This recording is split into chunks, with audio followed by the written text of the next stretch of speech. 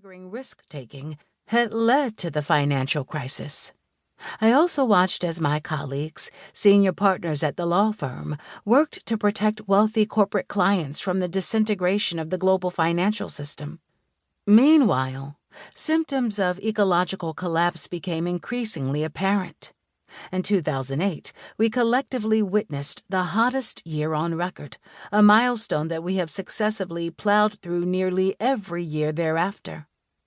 That year marked a turning point for me.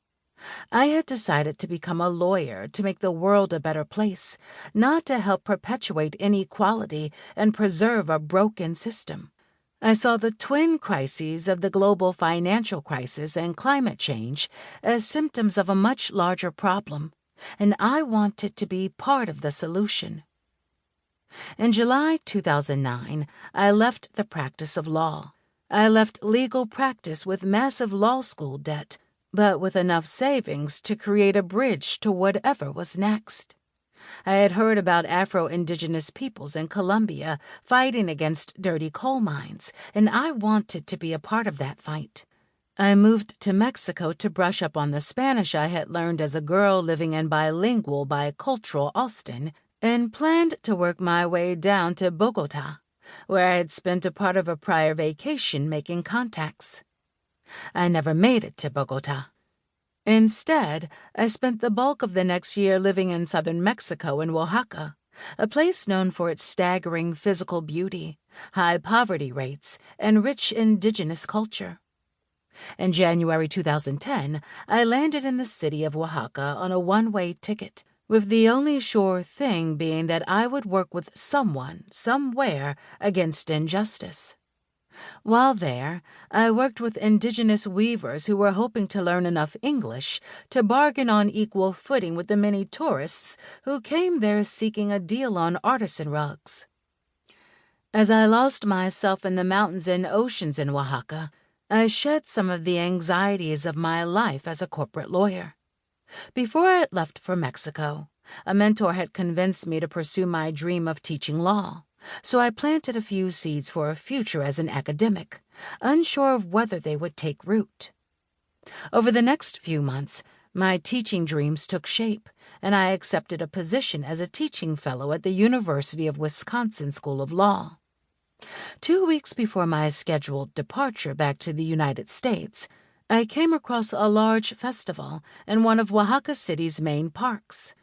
Indigenous activists had organized the festival to share stories about the impacts of genetically modified corn on heritage corn species.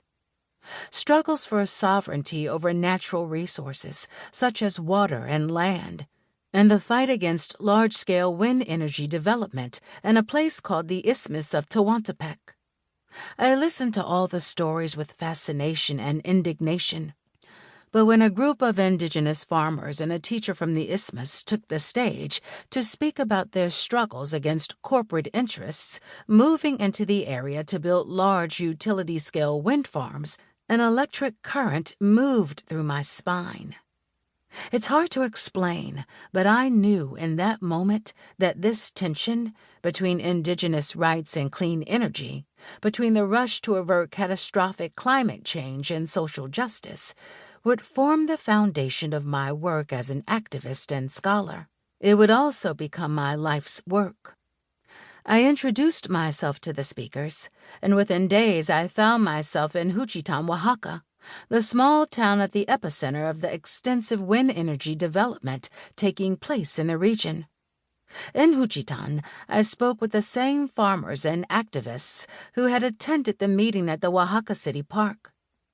They invited me to a meeting deep in the mountains of the Isthmus, where dozens of indigenous people had traveled to discuss mega projects, and the impacts of such development in their livelihoods. When those fighting against the wind development rose to speak, they told a story that mirrored the stories I had heard about mining in Afro-Indigenous communities in Colombia.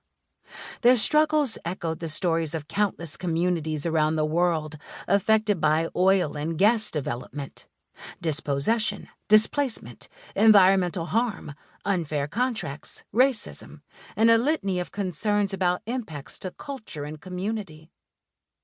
As I